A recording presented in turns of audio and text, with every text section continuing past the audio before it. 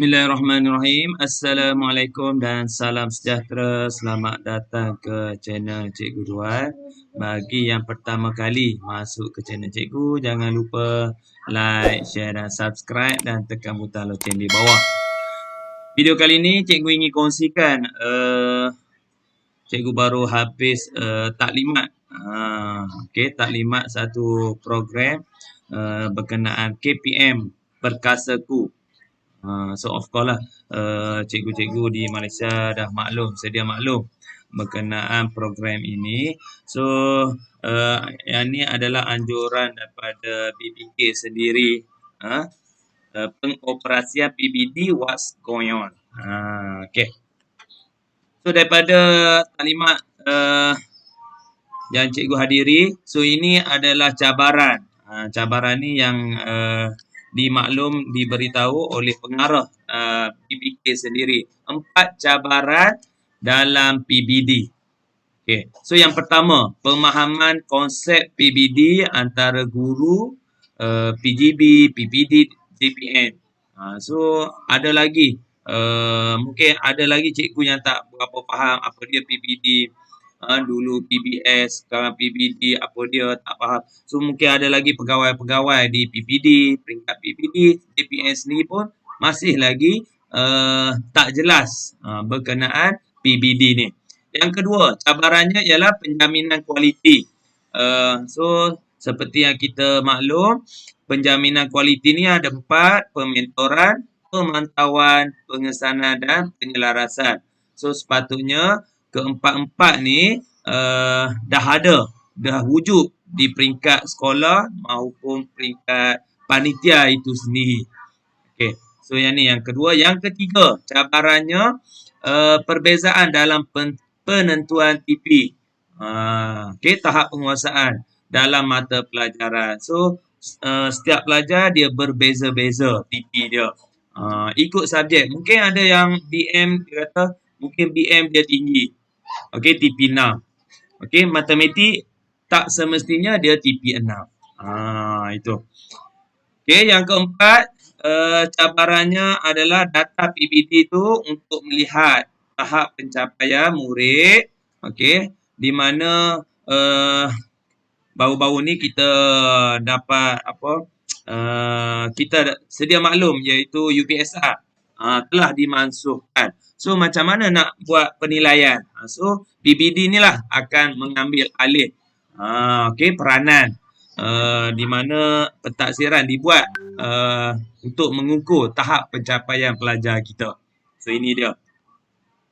So yang inilah yang saranan ataupun ungkapan dalam ucap tama pengarah BPK, iaitu 4 cabaran dalam PBD.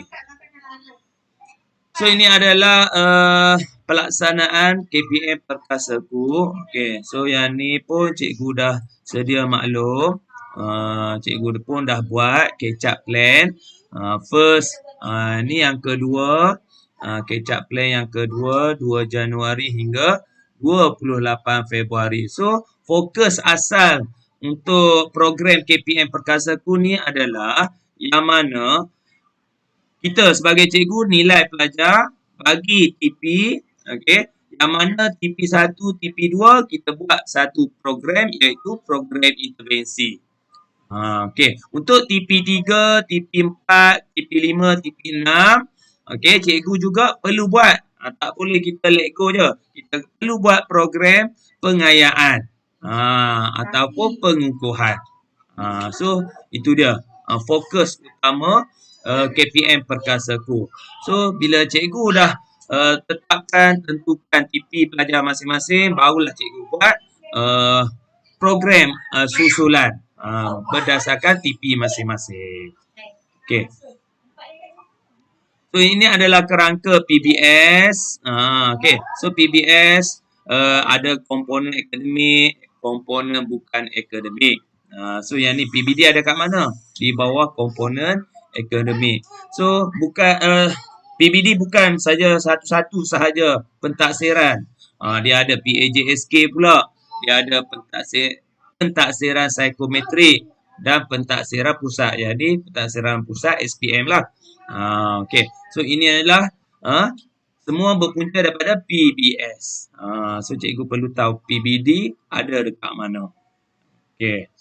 So mulai tahun 2016 dulu kita selalu dengar pentadsiran sekolah uh, PS, ringkasan PS. So orang kata rebranding lah.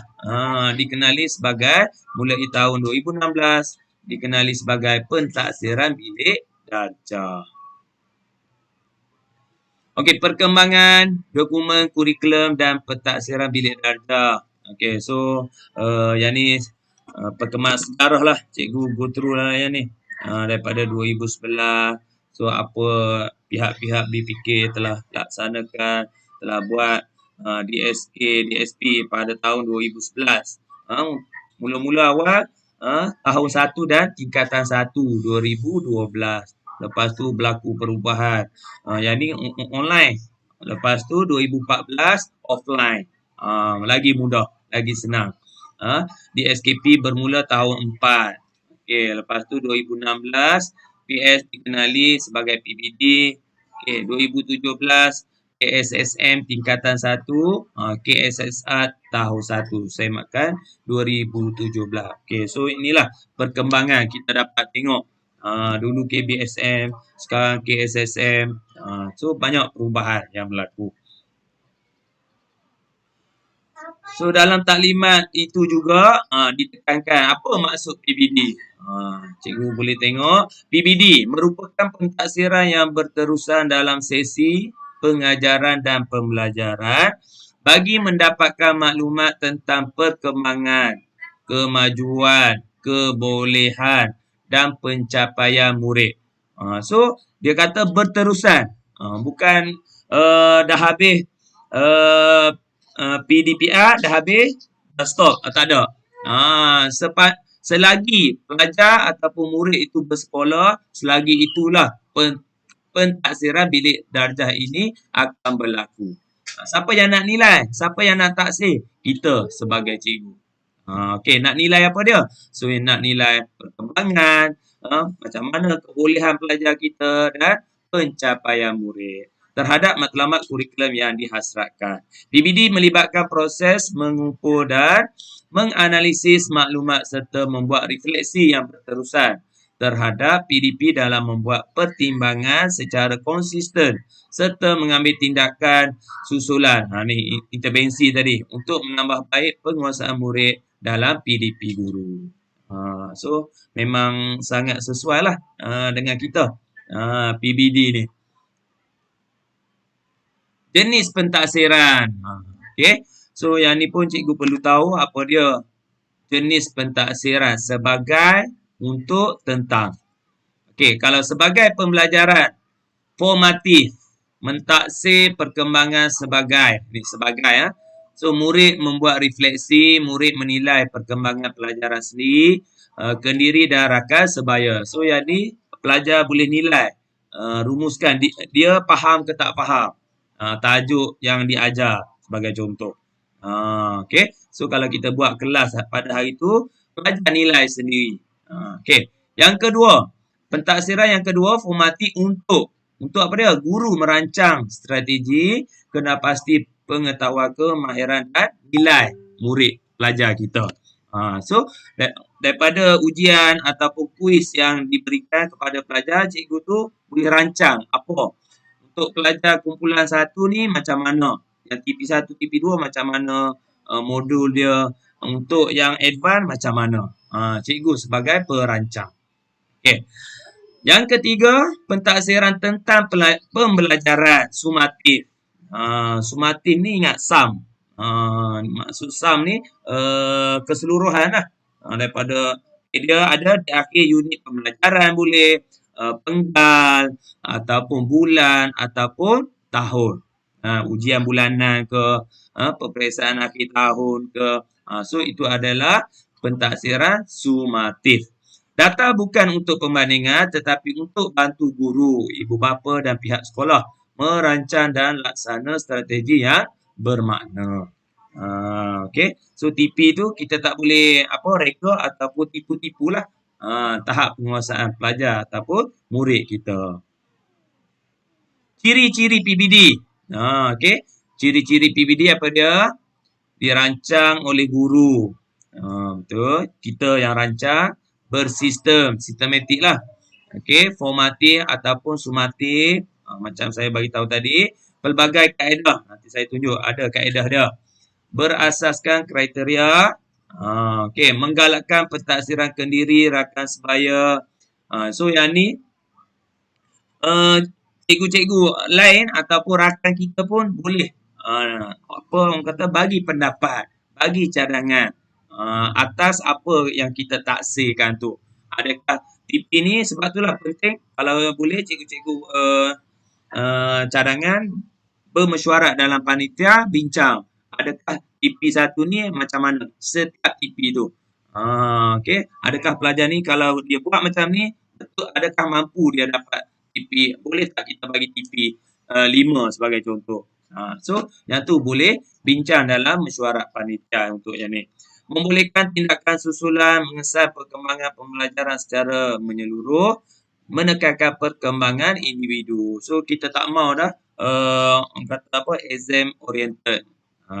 Okey, dalam taklimat tu dia tak mau berpusatkan peperiksaan, tak mau. Kita nak student centered. Okey. Okey, tujuan.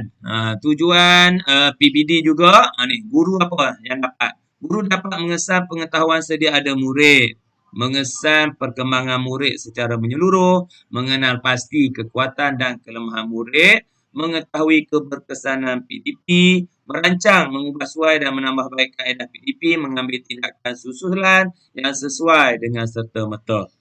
So kalau pelajar, kalau cikgu tu dia buat daripada awal, dia nilai, dia bagi TP dekat pelajar, so boleh tahu pelajar mana yang perlu program intervensi, yang mana yang perlu program pengayaan, pengukuhan.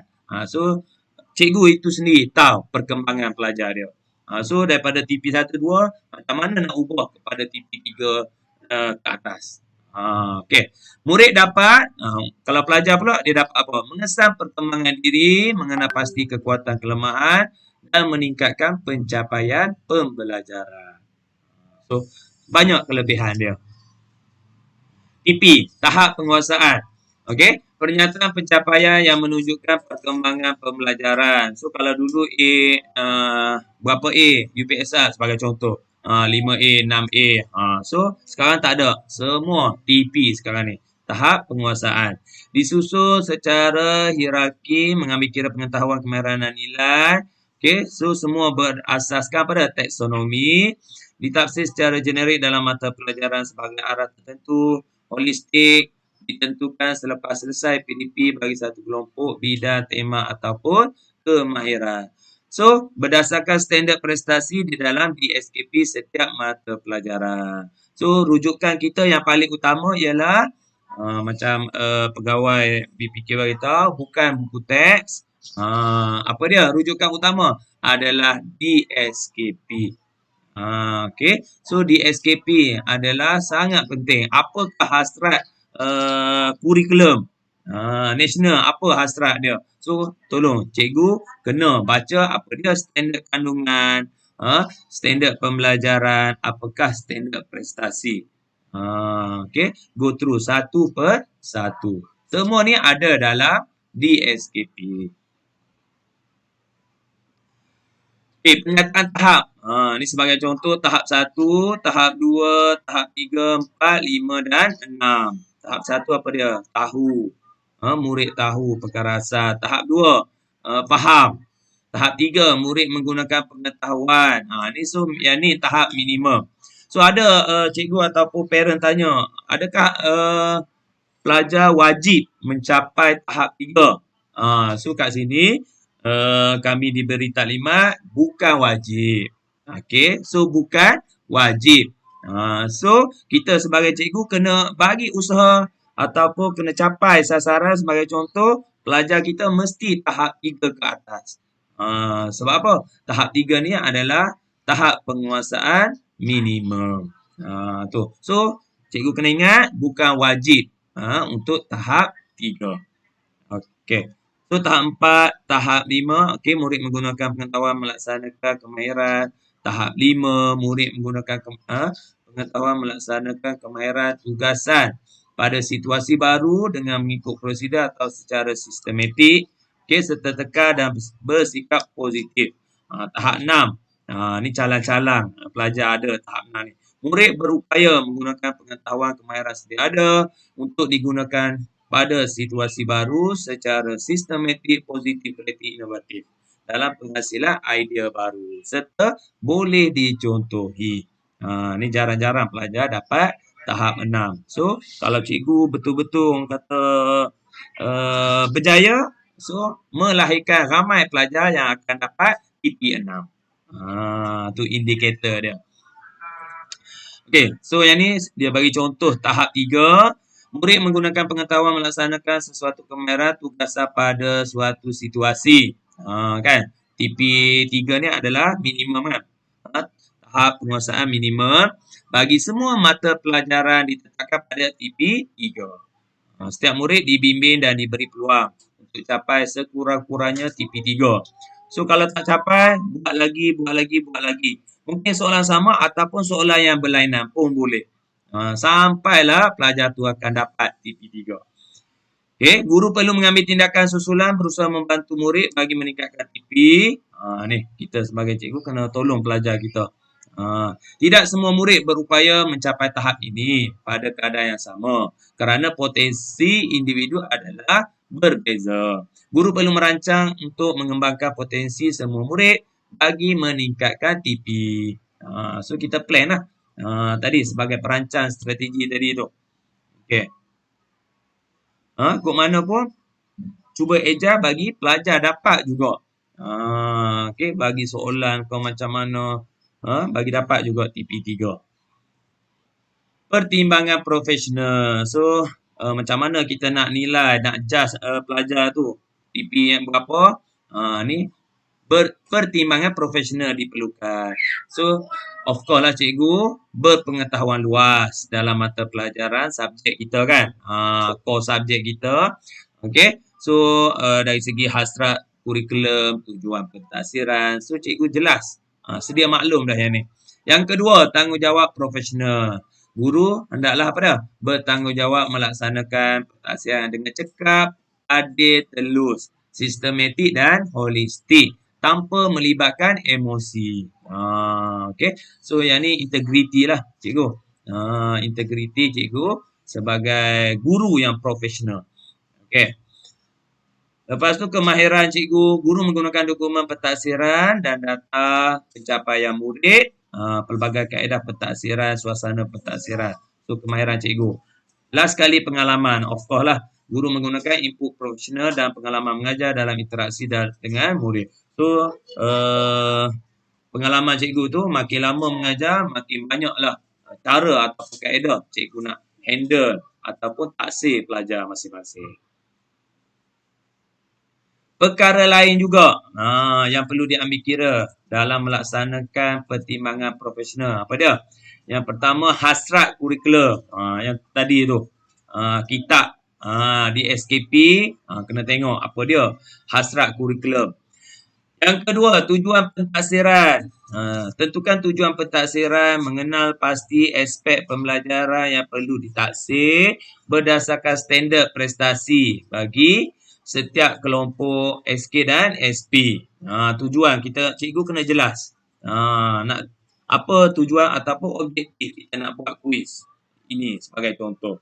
Nak bagi ubah daripada TP2 jadi TP3 mungkin.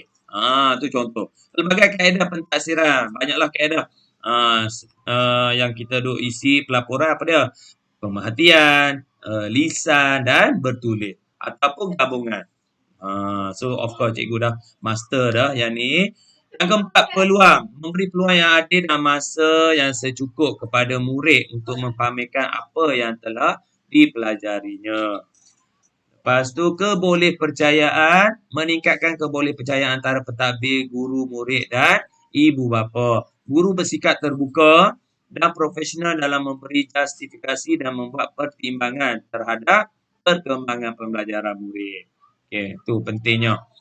Kita jujur bagi markah. Moderasi, berbincang sesama rakan sejawat dalam panitia bagi memantapkan pertimbangan profesional. Macam saya bagi tahu tadi, bincang TP berapa yang patut bagi kalau pelajar dapat selesaikan yang ni. Bincang dalam panitia. Yang ketujuh, interaksi, mengambil kira interaksi guru dan murid, murid dan murid serta murid dan bahan pembelajaran. Tu, interaksi penting. Okey. Sambungan lagi, pertimbangan profesional memerlukan guru membuat keputusan berdasarkan analisis dan rumusan maklumat terhadap pembelajaran murid yang merangkumi pengetahuan, kemahiran dan nilai secara beretika dan bertanggungjawab. Merupakan satu proses berterusan. Macam awal-awal tadi bagi tahu, memang yang ni berterusan. PBD ni berterusan sepanjang PDP. Keperluan utama kepada pertimbangan profesional ni, tentukan TP berdasarkan standard prestasi bagi setiap kelompok SK dan SP. Menentukan tahap pengurusan keseluruhan dalam subjek bagi melapor keputusan pentadsiran akhir tahun. Okey, so yang ni kita kena key in apa? Kata lah berapa TP akhir sekali. Pelajar tu akan dapat TP. Merancang pelaksanaan PBD. Ni proses PDP kan. Menepati aktiviti, role play, permainan bercerita, projek kumpulan kuis. Ni antara contoh-contoh yang boleh kita guna apply dalam kelas kita. Drama, tugasan kumpulan, sumbang saran, debat, eksperimen. Okey. Instrumen pentadsiran, senarai semak. Kena ada cikgu bukti apa yang cikgu buat. Okey, catatan, anekdot, hasil kerja murid, pemerhati, ujian bulanan, rubrik, borang pentadsiran kendiri. Kena ada bukti. Kalau pegawai main tengok apa, kalau cikgu lain tanya apa bukti ataupun instrumen pentadsiran. So ada kita boleh tunjuk. Ada borang ke, ada lampiran kerja ke, modul ke, kita boleh tunjuk. Tahap penguasaan TP1 hingga 6 merujuk standard prestasi dinyatakan dalam kurikulum menggunakan pertimbangan profesional untuk tetapkan tahap penguasaan murid. Okey. So kaedah dia ada 3 ni, lisan, bertulis, pemerhatian ataupun gabungan semua ni. Boleh. Proses dia macam mana? Dan PBD. Okey, yang pertama rancang PDP dan pentadsiran. Okey, nak rancang macam mana? Kena pasti standard kurikulum, standard prestasi macam mana, menentukan objektif, mengenal pasti instrumen, menentukan strategi, menyediakan instrumen. So, rancang. Yang kedua, laksanakan. Lepas rancang, kita laksanakan selari dengan SK dan SP yang telah dipilih. Okey. Lepas tu yang ketiga, catat status perkembangan murid. Catat status perkembangan murid mengikut kreativiti guru sendiri. Ikut cikgu lah, bebas. Ni subjektif. Merekod dalam dokumen seperti rekod mengajar, buku catatan guru, senarai semak, template, pelaporan dan analisis.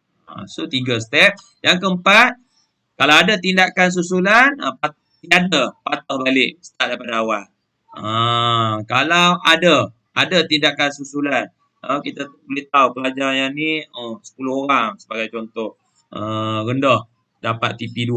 So melapor tahap penguasaan. So senarai nama kelas, nama pelajar, so ada berapa TP yang dia dapat.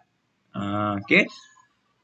Penetapan tahap penguasaan, adakah telah mencapai tahap penguasaan minimum. So sampailah pelajar kita tu dapat TP3 ke atas. So tu bergantung pada cikgu. Tugas cikgu tu. Pelaporan PBD, rujuk di SKP, melaporkan dalam bentuk TP, lepas tu rujuk di SKP, merujuk hasil kerja, penguasaan murid, menggunakan pertimbangan profesional guru, menggunakan template Excel, luar talian dan membuat pelaporan sekurang-kurangnya 2 kali setahun. So yang ni pelaporan PBD. Penjaminan kualiti. So cikgu dah sedia maklum yang ni.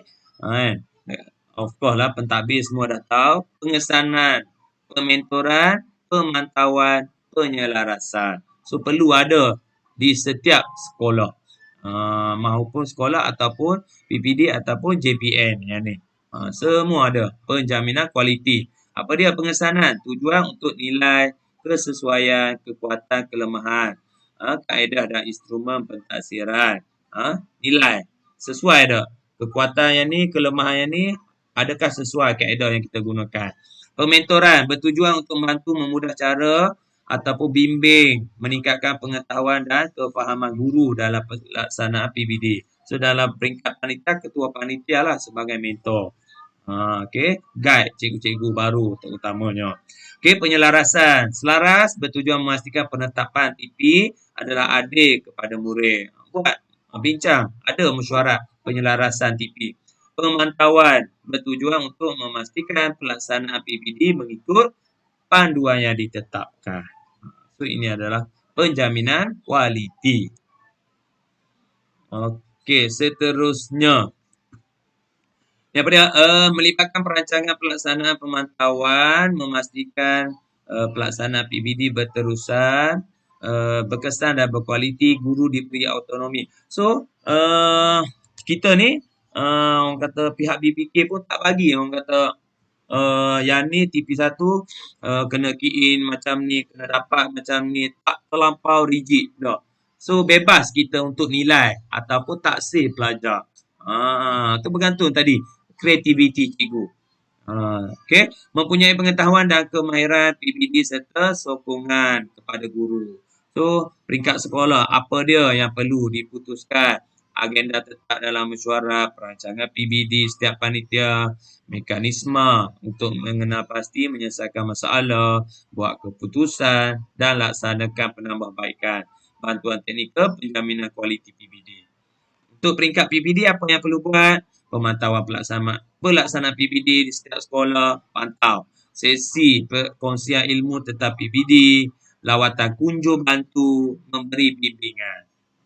Okey, so yang tu untuk pegawai PBD. Peringkat JPN sendiri, agenda dalam dialog prestasi bersama PBD memastikan perekodan, penyampaian maklumat terkini tentang PBD, okey, pengumpulan isu cabaran dan cadangan, penambahbaikan dari semua daerah ke peringkat KPM. So itu dia. Setiap orang kata bahagian ataupun staf ada peranan masing-masing. Okey.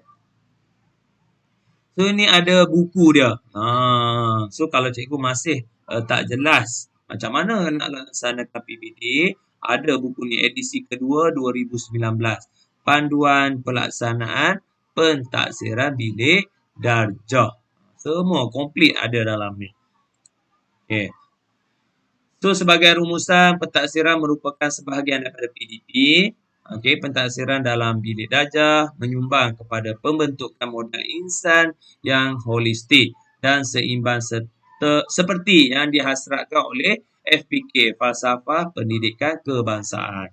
Pelaksanaan pentaksiran berterusan dalam bilik darjah diharap dapat diperkasakan dan dibudayakan oleh pihak sekolah. Pembudayaan PBD dalam kalangan guru berupaya menghasilkan anjakan kepada pendidikan yang tidak berorientasikan peperiksaan. So yang ni template pelaporan pentaksiran bilik darjah. Okay, saya sentuh sikit. So yang ni semua template nak ambil kat mana? Okay, yang ni daripada 2014 hinggalah sekarang. Okay, so template ni apa yang ada. Tahap 1, tahap 2, lepas tu tahap 3 yang sekolah menengah. Okay, tahap 4. Okay, template pelaporan PBD tak berfungsi. So yang ni highlight lah antara isu-isu tak berfungsi dengan baik apabila dimuat naik di Google Drive. Tak boleh isi data diri murid dalam template PBD. Template pelaporan PBD mempunyai protected password yang menyukarkan guru. So semua ni boleh diselesaikan. Sebab apa kena ada protected password ni? Sebab apa? Sebab Excel tu setiap Excel tu ada formula-formula dia. So untuk tak bagi kacau ataupun hilang ke ganggu ke? Sebab tu diperlukan ada password. Okey. So, bahan-bahan template boleh download dalam laman web bpk.moi.gov.my. Okey. So, nak ambil dekat mana? Okey, pergi dekat laman web tu, tengok dekat terbitan BPK. Lepas tu ada apa dia? Ni. Yang ada simbol 3 line ni. Tekan yang ni. Lepas tu carilah ikut cikgu lah. Nak cari sekolah rendah ke, sekolah menengah ke, kan? Semua ada kat sini. Okey. Lepas tu ni contoh kalau buka KSSM tu nak cari kat mana? Cari pelaporan. Okey. Pelaporan ni contoh pelaporan tingkatan 3. Klik kat pelaporan tingkatan 3. Ada kan lah kat sini. Template pelaporan PBD kelas tingkatan 3. Okey. So ini kolom yang baru, pentaksiran bilik darjah. Bagi cikgu yang masih tak jelas berkenaan PBD, boleh tengok dekat kolom ni, pentaksiran bilik darjah. Okey. So yang ni pun dibangunkan ada salah seorang guru kita, infografik PBD ni. Cantik dia buat. Siap ada lagi video penerangan PBD. So untuk dapatkan buku ni, ni cikgu boleh QR code sini, scan kat sini ataupun yang ni. Boleh type link dia yang saya lampirkan ni. anyfleet.com boepa/bbgz. Untuk pertanyaan, so cikgu ada persoalan berkenaan PBD, ni. Cikgu ambil nombor ni. Ada help desk ni. Okey. Jadual bertugas 1 Disember hingga 28 Februari. 8.30 pagi hingga 4.30 petang. Malam jangan telefon. Ni cikgu. Ada nombor telefon yang tertera ni. Okey. Wallahualam. So setakat itu saja perkongsian saya untuk taklimat PBD. Okey. So kalau cikgu berminat ataupun suka video saya, jangan lupa like, share dan subscribe dan tekan butang loceng di bawah. Sehingga berjumpa lagi dalam video akan datang. Wallahualam. Assalamualaikum.